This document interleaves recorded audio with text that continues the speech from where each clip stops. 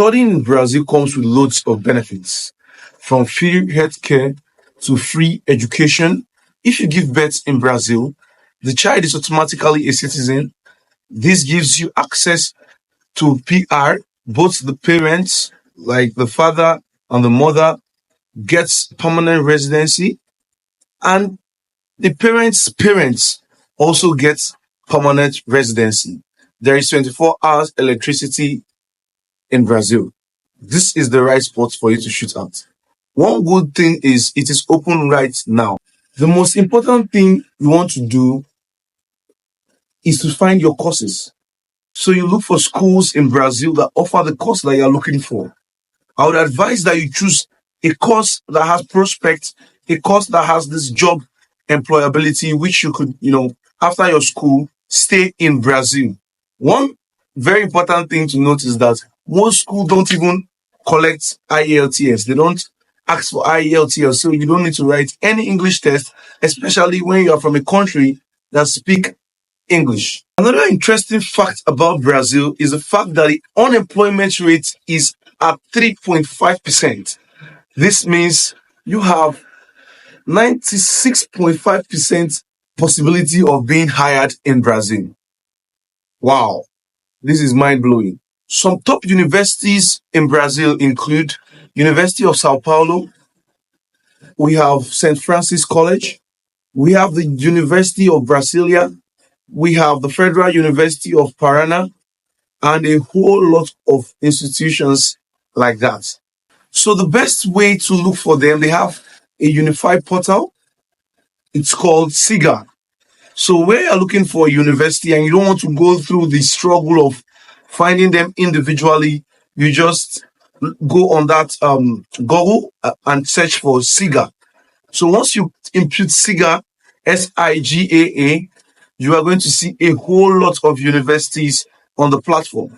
Say you're looking for University of Sao Paulo, so you would have to click on your Google University of Sao Paulo SIGA.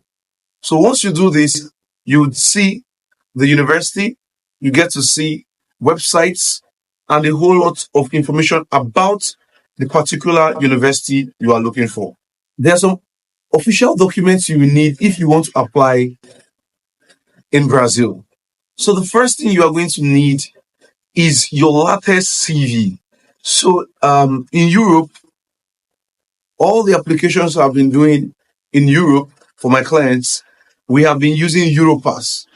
So when applying, you have to look for CVs that are in latest format, or you have to format your CV to fit this latest format, please. Also note that if you go on any application in Brazil, say you went to that SIGA, you have to translate from Portuguese to English. So make sure you use a Google-powered browser like Google Chrome so that you can be able to integrate that immediately. It saves you a whole lot of stress, and of course, you get what you are looking for in time. Other important documents include your passport. Your passport is very important because it's a means of identity that you are a national of another country. It shows that you are a legal citizen. And of course, it's used for tracking purposes. They want to know a whole lot of bio information, personal information about you. So this international passport is very important. And I think it's the first thing you need to have. So make sure you have your international passport. Now, for the latest CV, it's very important to know that you need to have your personal information on it, your name, your email, and of course, your background. Who are you? I am an objective individual. I worked in the health sector. I have studied this. I have studied that. You want to put that as a professional summary. You also want to add information like your research experience in school, what you came out with, your research objectives, and your CGPA. Yes, that's what you came out with. Then your work experience. How many years have you been working? Where have you been working? When? What role did you play at where you are working or where you have been working? Very important. You have to add your professional certifications if you have any. You have to add what you did voluntarily. You have to add a whole lot of information, your skill, and both soft, technical, and digital skill has to be in that your CV. So make sure your CV is well packaged so you can, use it for a whole lot of good. Like it does you a whole lot of good and gives you that admission you are looking for. Yes, you also need your transcript. Yes, your transcript is a breakdown of your result from your year one to your final year. Year one, year two, year three, year four, year five. If you did up to 7 years, you also have to submit the 7 years transcript per semester. Of course, you want to show your grades from the assessments to the tests to the examination. Of course, it is that breakdown the school need. One unique thing about Brazil is they accept unofficial transcript. So you can submit your unofficial transcript at application. Then after the admission, when you are there, you mail your school to send you the original transcript. So this eases you a lot of stress, and of course, you can, it gives you this advancement to apply, an opportunity to apply without much stress of collecting the original official transcript. So just make sure that your unofficial transcript tallies with your official transcript. Or else, even if you have gotten the admission and you are in Brazil, you can be deported. Yeah, one more important thing or document you need while applying is your proposal.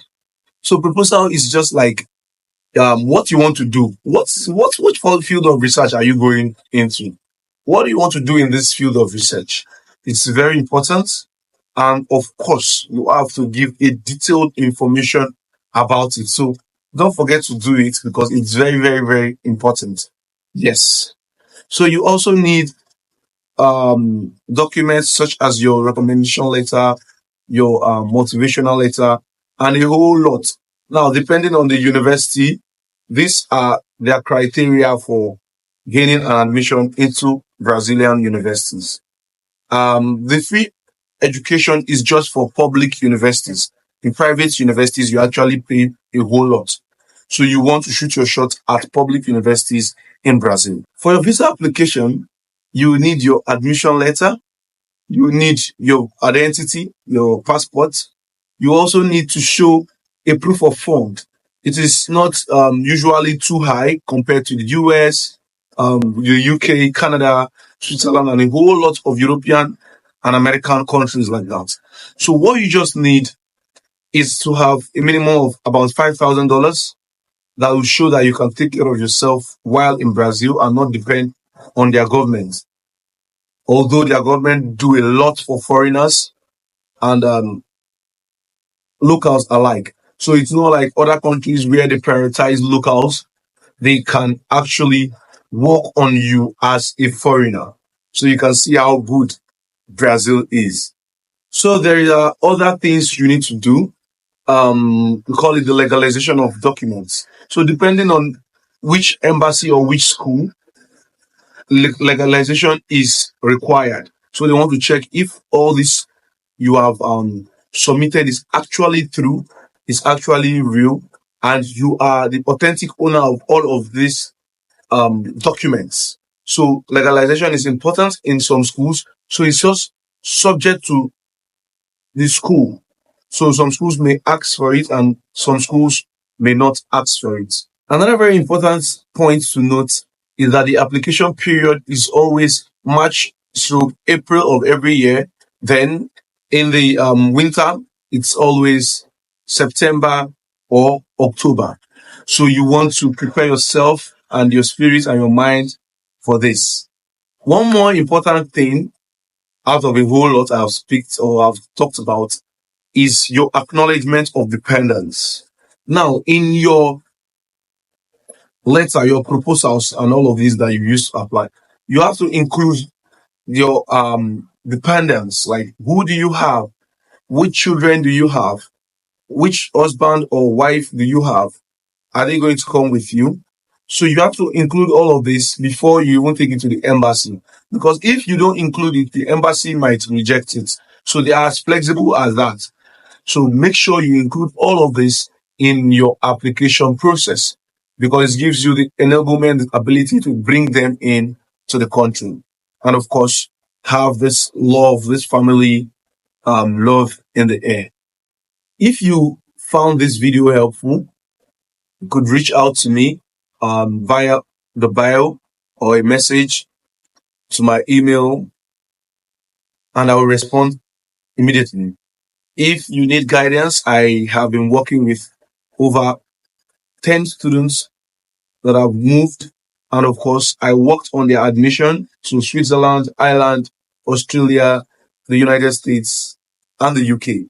So what I do is get you the admission you're looking for, prepare you for your visa, and of course, you find yourself outside the country. Follow, subscribe, like this video, and one more important thing, share this video and watch out for more content.